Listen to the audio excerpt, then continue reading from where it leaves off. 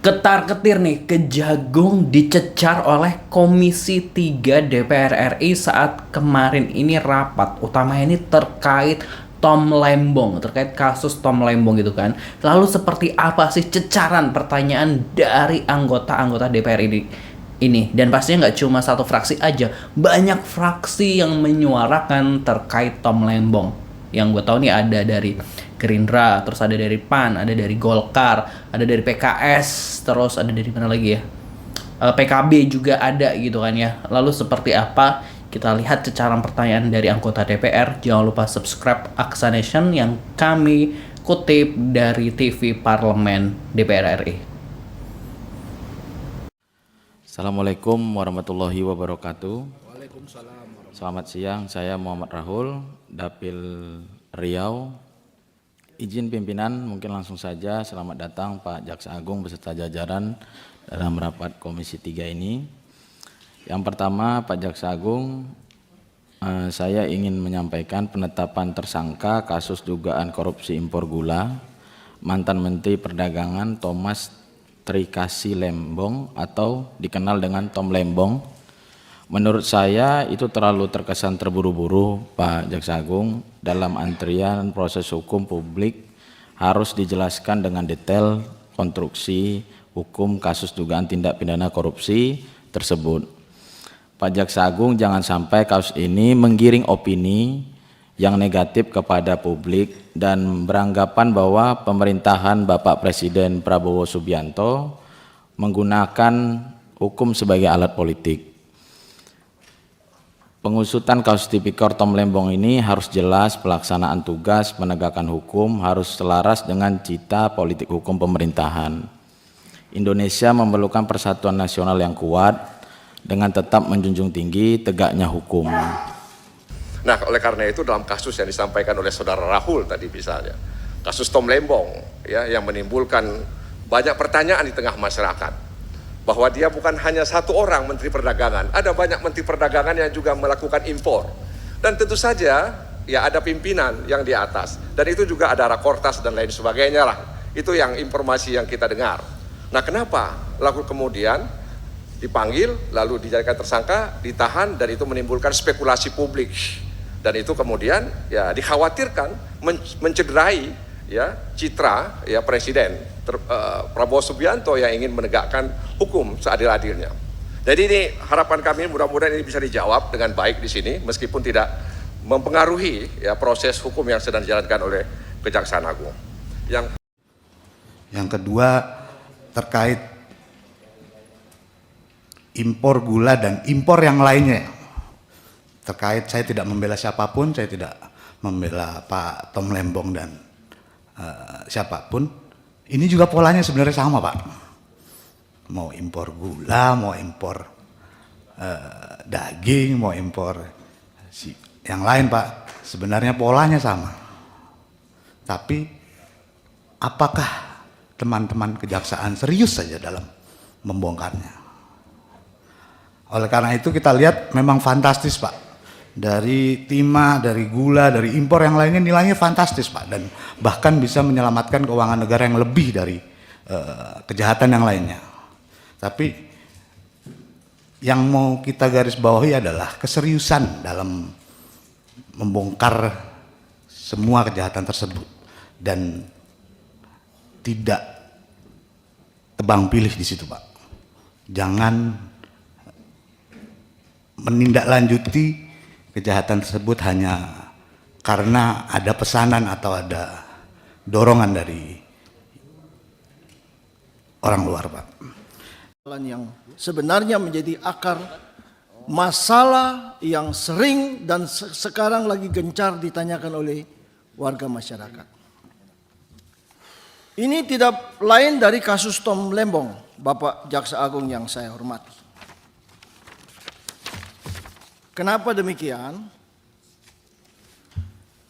Berkaitan dengan impor gula ini, Peraturan Menteri nomor 527 tahun 2004, peraturan kemudian diubah dengan Peraturan Menteri nomor 117 tahun 2015 membagi gula itu dalam 2 bagian. Nah, ini saya mau menitik beratkan di sini, Pak Jaksa Agung. Gula kristal mentah dan gula kristal putih. Ini dulu. Ya. Kemudian di tahun 2015, 2016, ya, saya mau mundur sedikit Pak Jaksa Agung, pimpinan. Di tahun 2004, mulai dari tahun 2004 sampai dengan detik ini, negara kita tuh selalu impor gula, tidak ada surplus gula. Data yang kami punya adalah bahwa negeri kita itu mulai impor gula sejak dari tahun 2004 sampai dengan detik ini. Baik itu gula kristal mentah dan gula kristal putih. Nah, di tahun 2015, 2016 kita itu mengimpor 5 juta ton gula kristal mentah. Nah, kemudian Pak Tom Lembong ini memberikan persetujuan impor 105 ton. Itu kurang lebih tidak lebih dari 10%. Di depan sudah kami sebutkan bahwa Pak Jaksa Agung menitik beratkan kepada akuntabel dan transparan dalam rangka penegakan hukum. Masyarakat itu bertanya-tanya mengenai kasus yang terkait dengan saudara Tom Lembong ini. Tadi sudah disinggung oleh rekan kami dari Partai Gerindra bahwa jangan sampai masyarakat itu bertanya-tanya bahwa rejim ini membalas dendam. Kami dari Partai Golkar tidak ada kaitan dengan saudara Tom Lembong. Tapi kami mempunyai kepentingan, Partai Golkar mempunyai kepentingan agar pemerintahan Pak Prabowo dan Gibran ini dapat berjalan dengan aman, tertib, stabil, dan mengutamakan penegakan hukum yang berkeadilan, modern, seperti yang sudah Pak Jaksa Agung sampaikan. Tadi di depan saya sebutkan, Pak Jaksa Agung yang saya hormati, Peraturan Menteri baik 257 tahun 2004, Peraturan Menteri 117 tahun 2015 terkait dengan gula kristal mentah itu tidak perlu izin. Kecuali gula kristal putih itu harus yang boleh mengimpor adalah badan usaha milik negara. Nah, kami di sini ingin mendapatkan suatu pencerahan. Mungkin saja kami salah. Tetapi kalau ini benar, tentu harus ada perbaikannya. Ya, itu tadi positive people. Gimana kalau mendengar cecaran dari anggota-anggota dewan ini yang beberapa kita tampilkan?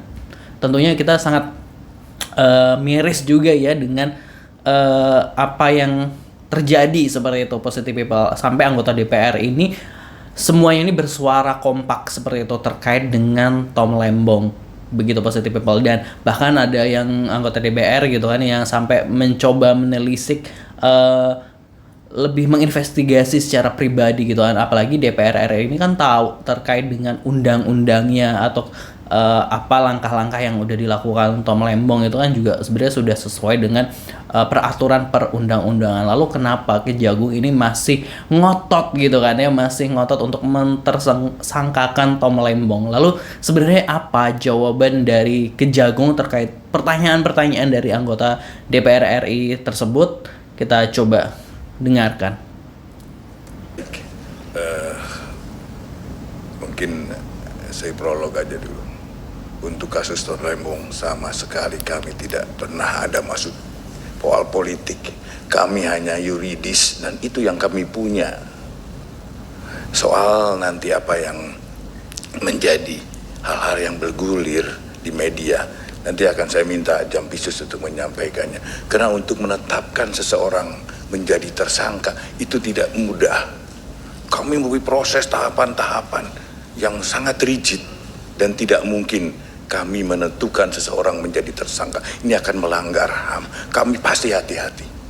Nanti Jampisus akan menyampaikan apa dan mengapanya. Baik. Ya, itu tadi statement atau jawaban dari Kejaksaan Agung Positive People dari pertanyaan-pertanyaan anggota DPR. Katanya sih emang udah sesuai prosedur lah, tidak ada politisasi di dalamnya dan sebagainya. Padahal kita tahu kemarin di pemberitaan media juga ada bahwa dibilang bahwa Tom Lembong ini belum ada bukti aliran dana ke Tom Lembong, tapi anehnya kenapa udah dijadiin tersangka gitu kan. Ya kan ini kan membuat publik bertanya-tanya kok bisa gitu kan. Biasanya orang jadi tersangka ya emang karena udah ada bukti kuat bahwa dia emang melakukan atau menerima suap atau menerima aliran dana dan sebagainya. Ini belum ada gitu kayak belum ada sama sekali. Kenapa bisa begitu gitu kan. Ini kan kalau publik akhirnya negative thinking kayak ini jadi beneran atau enggak gitu kan. Ini kan membuat ya bingung gitu kan ya. Kecuali emang kalau emang udah dijadiin tersangka terus ini bukti-buktinya, Kejaksaan Agung bisa menjelaskan ini bukti yang dilakukan oleh Tom Lembong gitu kayak ini ada buktinya ini dan lain sebagainya itu. Nah publik kan akhirnya ya udah karena emang itu benar-benar pemberantasan korupsi. Tapi kalau emang ini buktinya aja belum ada gitu, belum terima buktinya, belum ada ininya, tapi udah ditetapkan sebagai tersangka. Dan beberapa keganjilan yang gue dengar nih dari pengacara Tom Lembong waktu kita ikut liputan, waktu itu kita doorstop kan, pengacara Tom Lembong itu juga sempat membeberkan keganjilan saat penetapan tersangka dari Tom Lembong ini. Dan ya kita nggak tahu, kita tunggu aja bagaimana prosesnya nanti. Semoga Tom Lembong ini sukses juga di pra peradilan terkait hal ini. Jangan sampai deh hal-hal kayak gini nih terjadi terus gitu kan ya. Apalagi sebenarnya hal-hal kayak ini juga udah disuarakan dari Gerindra. Habibur Rahman sebelumnya udah speak gitu kan, Surya Paloh dan sebagainya untuk menyuarakan terkait kasus-kasus seperti ini. Apalagi ini kan sempat dari pengamat bilang juga kebijakan dari pemerintah ini nggak bisa di kayak giniin gitu kan ya, karena kalau kayak gini ya dari level atas pun ketika bikin kebijakan dinilai merugikan ya pasti bisa dituntut gitu loh. Jadi kayak emang agak ini ya di negeri Konoha itu gitu ya. Kalau menurut Positive People gimana nih? Jangan lupa subscribe Aksa Nation, tulis di kolom komentar pendapatnya.